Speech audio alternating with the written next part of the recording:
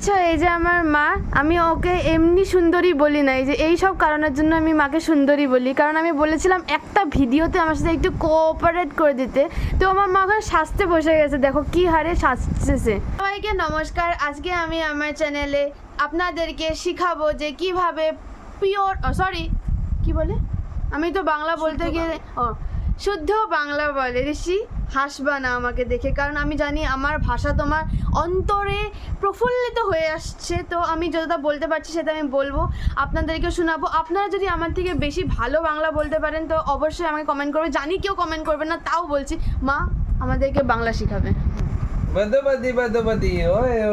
ঋষি আমাদের ডিস্টার্ব করছে, ওকে ইগনোর করো। মা বলো, 1 মিনিট শেষ হয়ে যাবে, তাড়াতাড়ি বলো। আজকে আমরা আলু সেদ্ধ দিয়ে ভাত খেয়েছি, গুড্ডি মোচা দিয়ে রুটি খেয়েছে, আম খেয়েছে, এখন অনেক বৃষ্টি পড়ছে। এইটা কিছুই হলো না, আমরা বাংলা বলতে এসেছি।